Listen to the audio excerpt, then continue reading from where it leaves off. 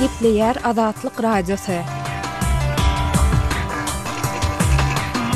Akşamyz haýyrly bolsun gaderli dinleýijiler. Şun 2017-nji ýylyň 12-nji oktýabry hepdeniň penşenbe güni. Habarlar günneligi gepleşiginde başlaýarys. Programmamyzyň esasy bölügine geçmezden odal günüň täzelikleri bilen tanyşyp bolan. Olar bilen sizi men Sahra tanıştyrýaryn.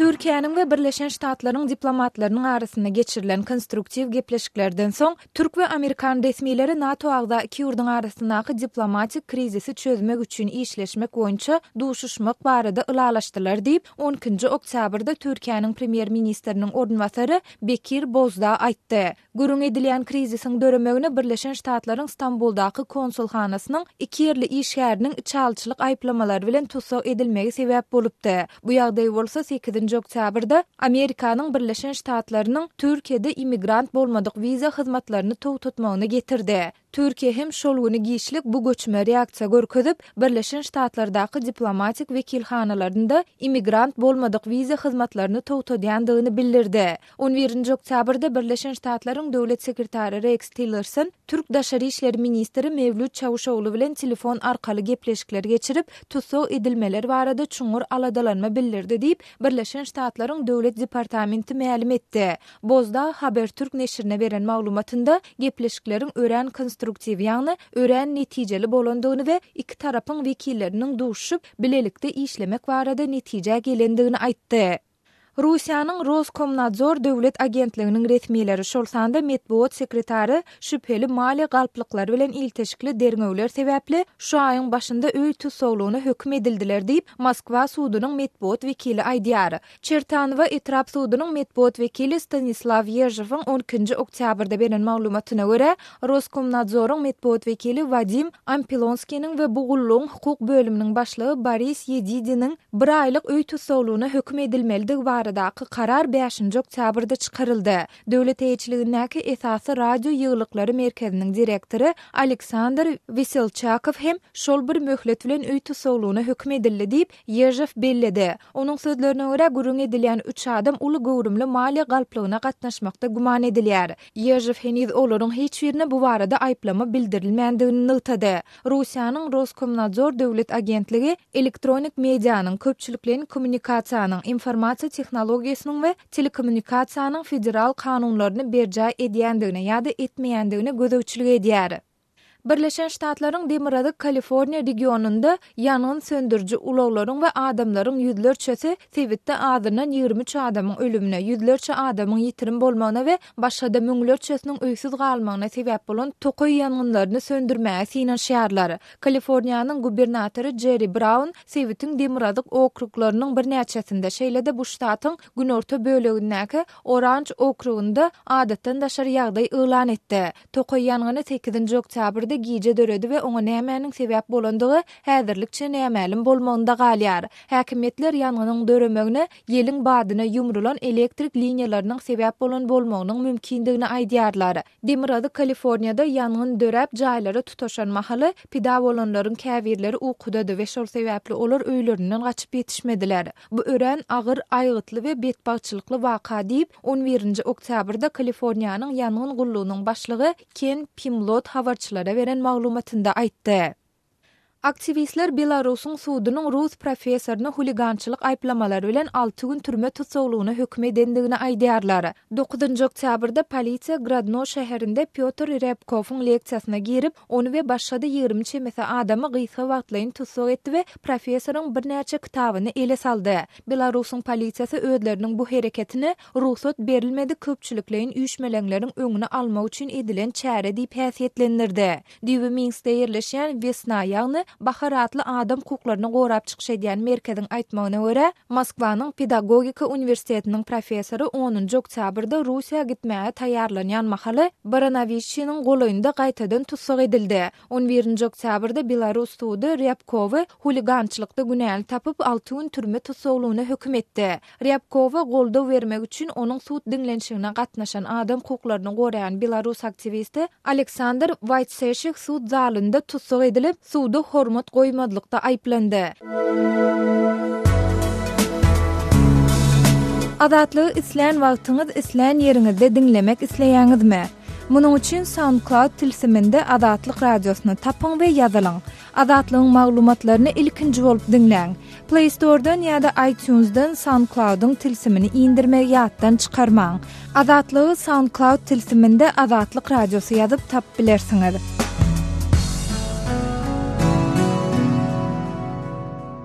Gepleyer Azatlyk radiosu. Habarlar ünlülüğü gepleşigimizi Azatlyk radiosynyň Türkiýedäki habarçysy men Döwlet Bayhan dowam etdirýän.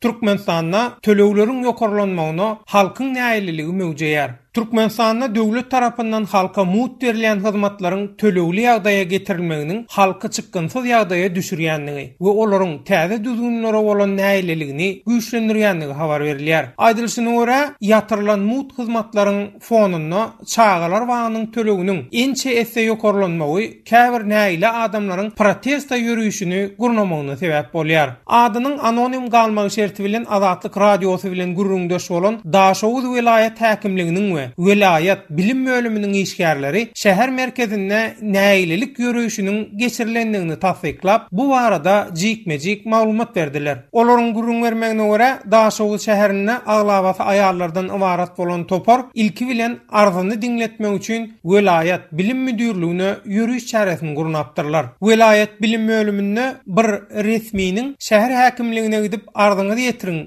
diýen maslahatyndan soň näýlelik ýürüýüşini gurnaýan köpçülik ol yerden Daşowuz şäher häkimligine tarap hereket edipdir. Olaryň näýlelik ýürüýüşi gurnaýan habary hemme ýere ýaýran soň Daşowuz şäher häkimligine ýetmän käler jaý üçünçüligi edarasynyň öňündäki meýdançada ýoly halk arasynda ady ortço Amon Nilyan İçeri İşler Ministerliğiniň ýürüýti tälimli güýji tarapyndan ýapylyp, soňam protestçiler başga ýere gitmediýäli daşy gawalyp saklandypdyr. Aglabasy aýallardan ibarat bolan näýlelik ýürüýüşini gurnaýanlara Daşowuz şäher häkiminiň ornmasary bilen vilayet häkiminiň bilim maradaky ornmasary tögüllä barypdyr. Ýöne resmiler halk köpçüligine ýüze çykan meseleniň nähili we haçan çözüljegi barasynda hiç hili wada bermendir. Bu barada Türkmenistanyň Kronikasy neşri 10-njy oktýabrda çap eden maglumatynda çağalar wagynyň töleginiň 10 esse gymmatlamagy sebäpli Daşowuzly ýaşaýjylaryň häkimligiň öňünde protest aksiýasyny, ýagny näýlelik ýürüýüşini geçirendigini habar beripdi. Ýene de bir belläp geçmeli bir ýagdaý we olam arzyny şäher häkimligine ýetirmegini aýdan vilayet bilim bölüminiň resmiýetine garşam wakanyň ýa-da şol giýje iki esasa görä, ýagny halky döwlete garşy öjükdirmekde we prezidentiň halkyň durmuşyny hasam gowlandyrmak üçin edýän aladalaryna äsgermezçilik etmekde aýyplama öňe sürilipdir diýip Azatlyk radiosynyň Daşowuz vilayet häkimligindäki we vilayet bilim bölümindäki çeşmeleri sözleriniň üstüne ýetirýär. Türkmenistanyň Kronikasy neşriniň habaryna şol wagtyň özünde täze girdilen töleg düzgününden näýle bolan adamlaryň onlarçasy diňe Daşowuzda däl, ýurdun Demirgazyk regionunyň beýleki etrap merkezleriniň hem käbirine protesta toplandy diýilýär. Howpsuzlyk sebäpli adynyň agdalmazlygyny sorap, Azatlyk radiosyna maglumat beren Daşowuz vilayatynyň bollumsaz etrafynyň bir hukuk goraýjy işgärem muny tasdiklamak bilen diňe bir vilayet merkezine däl eýsem etraplarda hem halkyň öz näýleligini yerli häkimiýetlere baryp bildirendigini aýdýar. Onuň aýtmagyna görä,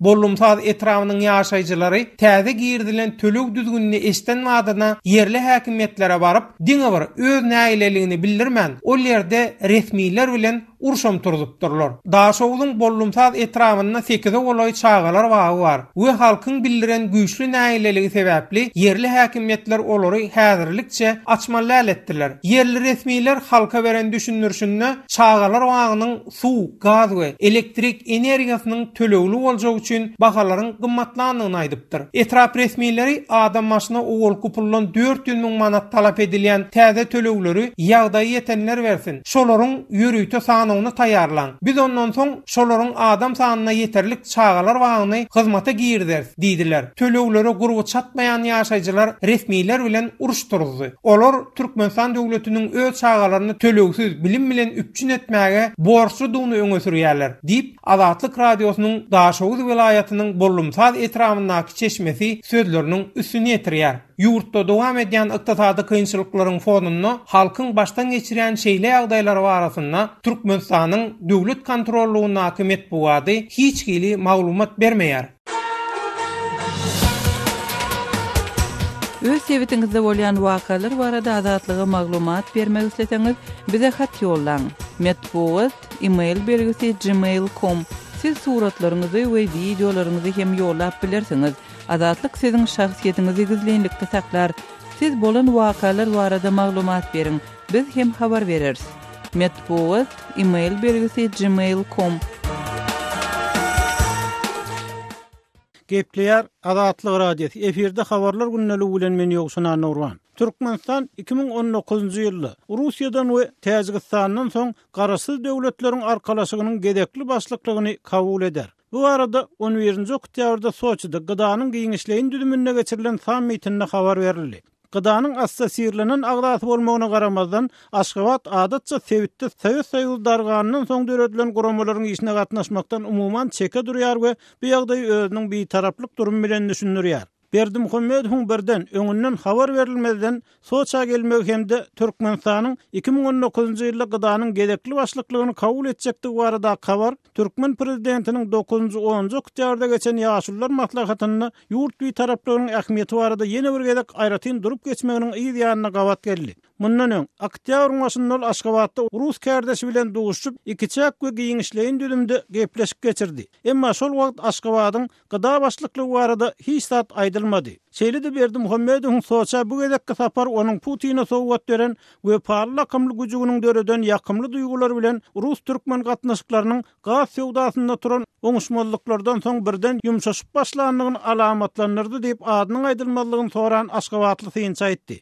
Berdimuhammedowyň Soçya geçen ýylyň noýabryndan saparyndan soň Argument Nedel neşri hatda Türkmenistan hem pul sorap başlatdy diýip ýazdy. Şonda Türkmen prezidenti öz Rus kardeşi bilen ýapyk gapylaryň arkasynda gepleşdi we Putin'den soralan gaýdylýan 2 milliard dollar möçörüne karz barada gurrunlar tasdiklanmagy galdy. Şonda 2016-njy ýylyň 15-nji dekabrynda çap edilen makalada neşir Putin'in bu möçördäki puly diňe Türkmenistanyň daşary siýasat we daşary ykdysady etmek güýtlerinden el çekmeginiň öwrüne berip biljekdigini ýagdadypdy. Bir de gep Gazpromyň alýan Türkmen gazynyň bahasy. Şeýle-de Türkmenistanda Rus harbylarynyň ýerleşmegi barada gidýär. Umuman bu aralaş Kremliň tutýan ýoluna şeýle-de hut Vladimir Putiniň özüniň postsovet giňişliginde Moskwanyň agylygyny ornaşdyrmak goýunça alyp barýan siýasatyna görä kesgitlener diýip Argument Nedel öz saklamasyny ortaga atypdy. Berdimuhammedowyň Soçya 11-nji oktýabrdan saparynyň Argument Nedeliň saklamalary bilen nähil baglanşygynyň bardygy aýdyň däl.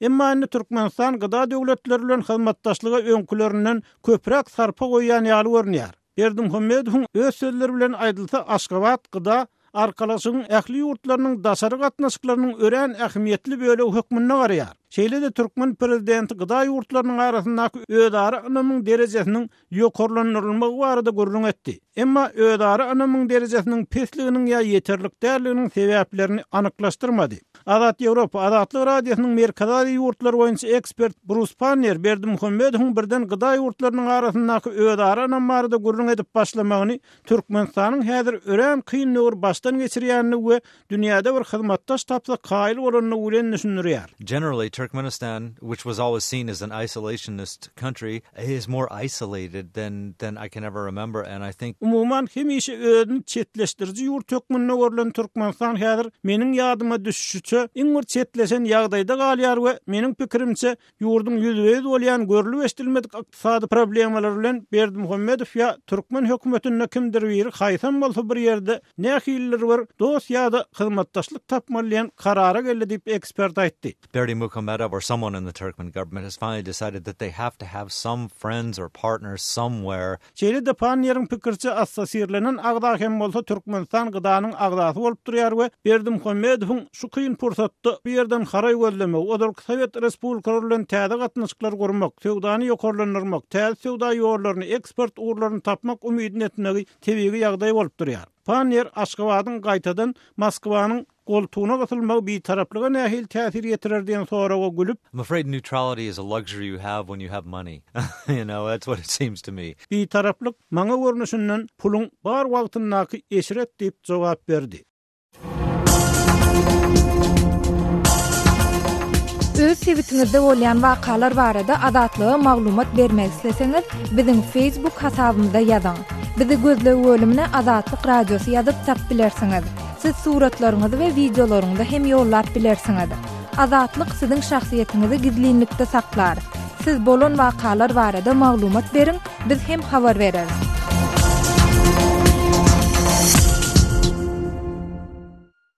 Gepleýär Adatlyk Radiosu. Hormatly dinleýijiler, eferde siz bilen men Hudaýberdi Hally. Habarlar gündeligimizi dowam etdirýäris. Aşgabatyň döwleti degişli edara kärhanalarynyň käbirini işarlary sentýabr aýy üçin zähmet haklarynyň berilip başlananyny, emma olaryň öz plastik kartlaryny urudulan aýlyklaryny nagdlaşdyrmakda dürli kynçylyklara ýüzbe-ýüz bolýanyny habar berilýär. Ýatlak geçsek, paýtagtyň aň bilim edaralaryna saglyk we newit gaz pudowyny işleýänleriň aglabasynyň sentýabr aýy üçin zähmet haklarynyň berilmeýänligi geçen hepdede habar berilipdi. Adatlyk Radiosynyň paýtagtdaky çeşmeleri 11-nji oktýabrdan başlap bilim, medeniýet we saglyk işgärlerine aýlyklaryň berilip başlananyny, emma ýene-de öňden gelýän problemalaryň olaryň öňünde keserip duranyny aýdyp, işgärleriň aglabasynyň aýlyklaryny nagdlaşdyryp bilmeýänligi bellenilýär. Aşgabatly synçy Amanmurat Bugaýewiň sözüne görä, munyň sebäpleri şäherde bankomatlaryň sanynyň azlygy, olaryň aglabasynyň işlemeýänligi, bar bolan bankomatlarda da nagd puluň ýetmezçilik edýänligi bilen baglanyşykly. Aşgabat şäherinde Türkmenistan bankynyň mir üçdäki şahamsatyndäki 3 tane bankomatyň ikisinde düýnüm, şunum pul bolmandyr, birine pulum ortasy 10 kadam aralygyndaky aryglanma gelýärleri ýetdi diýerler. Şol ýyl saat 9-lardan işläp başlaýan şu ýekizan bankomatyň saat 11-den soňra pul utarlygy hakynda awtomatik pully ýazygy peýda bolupdyr. Amanmurat Bugaýew şeýle ýagdaýyň Senagat bankynyň Atatürk köçesiniň urundaky merkezi ofisindäki bankomatyna da gaýtalanýanlygyny aýdýar. Şeýle-de ol Göregul köçesiniň urundaky Udolky Halk bankynyň merkezi ofisindäki, şeýle-de Zelili köçesiniň uruny we Parahat bir etrapçysyna ýerleşýän şagamçylaryny oturdulan bankomatlarda da aglabasynyň işlemeýänligini, kanunlaryna da nagd puluň bir ýa-da 1,5 sagat dowamyny uturýanlygyny sözüniň üstüne goşdy. Bu ýagdaýyň Ahal, Daşowuz, Balkan vilayetleriniň şäher we etrap merkezleriniň ençemesine gaýtalanýanlygy, emma munyň sebäpleri barada türkmen häkimetleri tarapyndan hiç hili düşündürüş berilmeýänligini aýdýarlar. Bu agdalýan vilayetlerdaky käbir döwlet işgärlerine salgylanyp Amanmurat Bugaýew şeýle gurrun berdi. Adamlar bankomatlar işläp başlamadından orta agap bilen 1 saat 45 minut öňürtüp şeýerde nowat tutýamyşylar. Ýöne bankomatdaky goýulan pullar şu nowatlaryň 3-den birine 4-den birine de hyzmat etmänke, ýani adamlaryň 3-den bir 4-den bir aýlygyny almaky bankomatlardaky pullar tutarýamyşyň. Şol bir wagtda Aşgabatdaky önümçülük kärhanalarynyň şol sanyna Balkanabatdaky Türkmennewit önümçülük birleşiginiň Daşowuzdaky ýag çykarjy zawodyň işgärlerini entek sentýabr aýy üçin zähmet haklarynyň keniden berilmeýänligi, agdalýan edaralarda işleýän raýatlaryň käbirleri Adatlyk Radiosu bilen söhbetdeşligini aýtdylar. Türkmenistanyň döwlet edara kärhanalarynyň işgärleriniň aýlyklarynyň wagtynda berilmezligi, käte 3-4 aý gejikdirilmegi, bu bankomatlarda nagd puluň ýetmezçilik etmegi bilen baglanyşykly ýagdaýlar inni 2 ýyla goloý gaýtalanyp gelýär. Şol bir wagtyň özünde bazarlarda adyk we senagat haritlarynyň aglabasynyň gymmatlamagynyň her aýdan aýa dowam edýänligi, aýlyklaryny wagtyny alyp bilmeýän käbir maşgallalaryň öz zerur hajatlary üçin dogan garnaşlarynyň kart pul almak çäresiniň giň ýaýranlygyny ýerli synçylardan käbiri tasdiklaýar. Adatlyk Radiosu ýokarda agdalan meseleler dogrusyna Türkmenistanyň gurrun edilýän banklary bilen habarlaşanyna haýsydyr bir kommentariýa almak başartmady. Bankomatlarda nagd puluň tapdyrmaýanlygy, olaryň öňünde emile gelýän uly nowatlar barada türkmen media serişdiler hem henide çenli kelamagy söz aýtman gelýärler. Gepleýär Adatlyk Radiosu. Gadyrly dinleýijiler, Azatlyk radiosu türkmen raýatlarynyň haýyşlary esasynda olaryň prezidenti öz problemleri barada arazlaryny eşitdirip bilmeklerine mümkinçilik töretmek maksady bilen hormatly arkadagatly ýürüýte rubrika başlaýar. Bu rubrikasyny siz öz kynçylyklaryňyzy beýan edip, olary efir arkaly eşitdirip, şeýle de Azatlygyň web-saýtyna, sosial ulamlardaky sahypalaryna çap etdirip bilersiňiz. Siz öz hatlaryňyzy Azatlyga hat üstü bilen telefon arkaly biziň ýerli habarçylarymyzyň üstü bilen ýetirip bilersiňiz.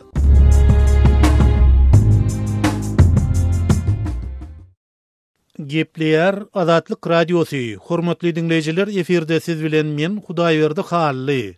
Türkmenistanyň 2018-2024-nji ýyllarda ýurdun neft gaz toplumuna 159,9 milliard manat meşhurny maliýe goýumlary goýberler. Şu döwürde neft gaz toplumuna 159,9 milliard manat meşhurda düýüpli maliýe goýumlary gönükdiler. Bu barada duşenme günü geçen ýaşullar masagatynyň dowamyna ma'lum edildi.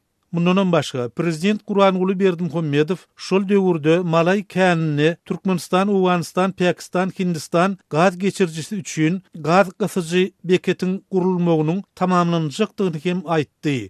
Ol bu proýektiň dünýä bazarlaryndaky energiýa serişdeleriniň bahalarynyň pese gaçmagy sebäpli garaşsyzlykdan soňky ýyllarda iň agyr ykdysady krizisi başdan geçirýändigi aýdylýan Türkmenistanyň öz hasabyna amal etjekdigini hem ma'lum etdi. Men şu aýdýan zatlam.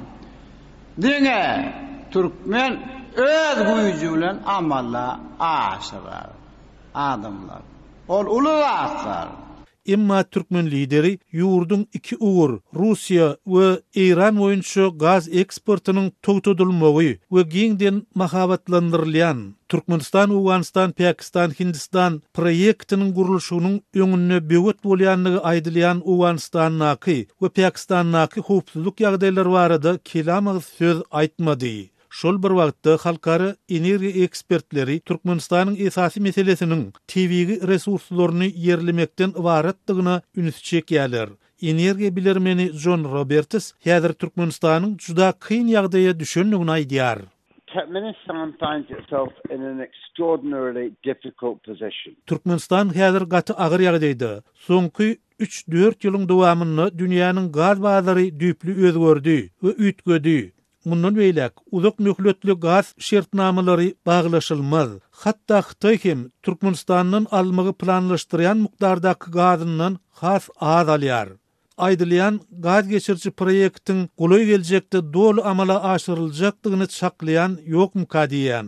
Russiýa hem bazar bahasyndan telmese arzan bermese Türkmenistanyň gazy almaz diýip Roberts Azatlyk radiosyna gurrun berdi. Unless it bought it at what from Turkmenistan would be a ruinously low price. Berdimuhammedow ýaşullar masagatynyň dowamyny sözlän sözünü neft gaz pudogyny 6900-den gowrak iş orunlarynyň dörediljakdygyny hem aýtdy. Emma Azatlyk radiosynyň ozurla habar berişi ýaly geçen ýyldan bäri Prezident Berdimuhammedow Türkmenistanyň neft gaz pudogyny mundan beýle kämilleşdirmek maksady bilen diýen düşündürüş bilen ýurdun ençeme iri neft gaz edaralaryny şol sanyny Türkmenistanyň neft gaz ministrligini Türkmen neft gaz guruluşyk döwlet konsernini ýatyrdy. Şeýlede Türkmen gaz we Türkmen neft döwlet konsernlerine degişlik käbir bölümleri dargatdy. Netijede Azatlyk radiosu bilen söhbetdeş bolan bu pudogyň işgärleri neft gaz ulgamyndan ýüzlerçe adamyň işsiz galanlygyny aýdýarlar. Azatlygy line ulgamynda Osmok 420 773 797 383 telefon belgisi arkaly tapyp bilersiňiz. Biziň bilen habarlaşyp maglumatlary, suratlary we videolary ugradyň. Şahsiýetiniz dogry gizlilikde saklanar. Osmok 420 773 797 383.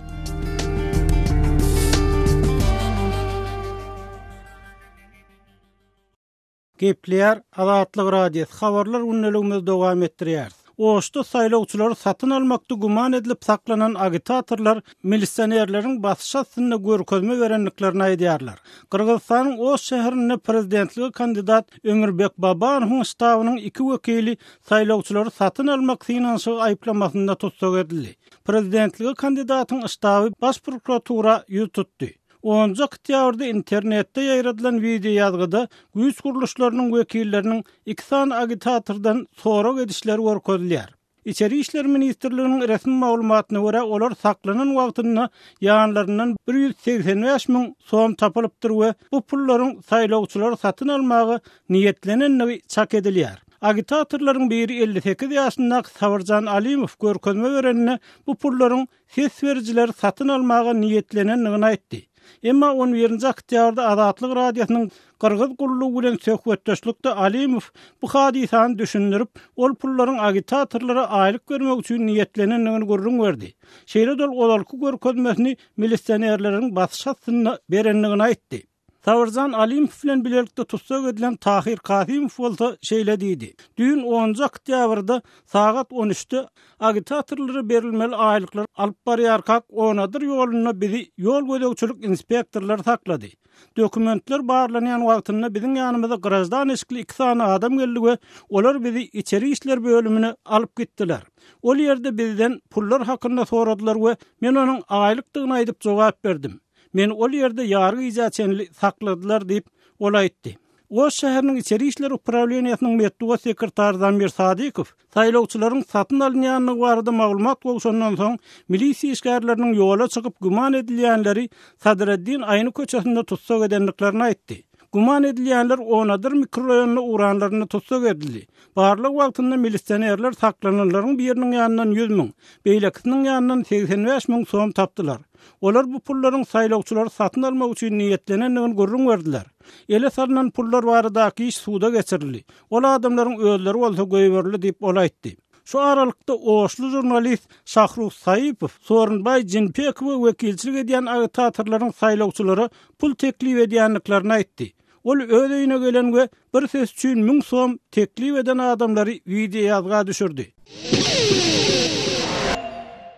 Gepleýär Azatlyk radiosu. Habarlar gündeligi maksat Ataýew bilen dowam edýär. Orsiýet ABŞ-daky konsulxanasyndan baýdaklaryň ogurlanmagyny protest bildirýär, ABŞ ret edýär. 11 oktýabrda Orsiýet özüniň San Fransiskodaky boşan konsulxanasyndan Rus baýdaklarynyň ogurlanmagyny öňe sürüp protest bildirdi we Birleşen Ştatlaryny ýiti tanqidlady. Birleşen Ştatlaryň döwlet departamenti aýyplama destine garşylyk bildirdi. Rusiýanyň Birleşen Ştatlardaky ilçihanasy özüniň rus dilindäki Twitter hasabyna binadaky baýdaklarynyň ogurlanyny aýtdy we bu ýagdaýy şu ýylyň dowamynda iki ýurduň arasyndaky betniýetli syýasy aralyşlyklarda iň soňky maskaraçylykly hadise atlandyrdy. Biz Amerikaly häkimetlerden döwlet nişanymyzy gaýtarmaklaryny talap edýäris diýip konsulxananyň depesinde parlayan baýdagyň suraty bilen birlikde paýlaşylan habarda aýdylýar. Birleşen Ştatlaryň döwlet departamenti baýdaklaryň ogurlanyny ret etdi. Rusiýanyň San Fransiskoda ýerleşen konsul binasyndaky baýdaklar hormat bilen aşağı çekildi we teresaplalyk bilen binanyň içine ýygnap goýuldy diýip döwlet departamentiniň bir resmi habarçylary uradan elektron hatyny ma'lum etdi. Orsiýetiň ilçihanasy özleriniň waka bilen bagly resmi protest bildirenliklerini habar berdi. Biziň San Fransiskodaky konsulluk binamyzdan Rus baýdaklarynyň ýyrtylyp aýrylmagy bilen bagly Amerikan tarapyna aýgytly protest ugrutdyk. Konsulxana Amerikan häkimetleriniň gödäwçiligini diýip Rusiýanyň ilçihanasy özüniň web saýtyny rus diline çap eden beýanatyny aýtdy. Beýanatyň ingliz dilindäki versiýasyny bilen ilçihana has bir tarap äheň bilen baýdaklarymyzyň aýrylmagy diýen sözi ulanupdyr. Biz bu hereketi ören betniýetli ädim hasaplaýar diýip ilçihananyň beýanatyny aýdylýar. Rusiýanyň Daşary işler ministrligi Twitter'da özüniň medeniýet wekili Mariya Zakharovany sitirläp, biz Orsiýetiň diplomatik binasyndan Rus baýdaklarynyň aýrylmagyny Birleşen Ştatlaryň Orsiýete degişli döwlet nişanlaryny depelemegi hökmüne kabul edýär diýen belligi paýlaşdy. Washington sentýabr aýynyň başynda Orsiýetiň konsulluk binasynyň we New Yorkdaky hemde Washingtondaky sowda idaralarynyň boşadylmagyny buyruk beripdi. Bu çäre Rusiýanyň we Birleşen Ştatlaryň diplomatik wekilhanalarynyň geremi we gowrumy boýunça deňeçerligi saklamaklaryna gönükdirilip görülüpdi. 11-nji oktýabrda Orsiýetiň Daşary işleri ministrliginden bir resmi Birleşen Ştatlaryň Orsiýetdäki diplomatik işgärleriniň sanynyň ýene-de azaldylmak talabyny gaýtalap, onu 300-e düşürmek haýwatyny atdy. Orsiýetiň Ukrainadaky agressiýasy we onuň 2016-njy ýyldaky saýlawlara gatışdy diýilmegi bilen bagly meseleleri gaýtawul hökmüni Birleşen Ştatlarda Russiýa garşy sanksiýa çärelerini girdiýän kanunyň kabul edilmegi bilen Orsiýet iýul aýynyň aýagyny Amerikanyň ýurtdaky diplomatik wekilhanalarynyň işgärleriniň sanyny 3-den 2 bölek azaldyp, onu 455-e düşürmegi talap edipdi. Hormatly dinleyijiler, şunuň bilen habarlar günneligi gepleşigimizi geçirip otarýar. Saatlar hareket etmeden soň programmamyzy gaýtadan ýazgyda dinläp bilersiňiz.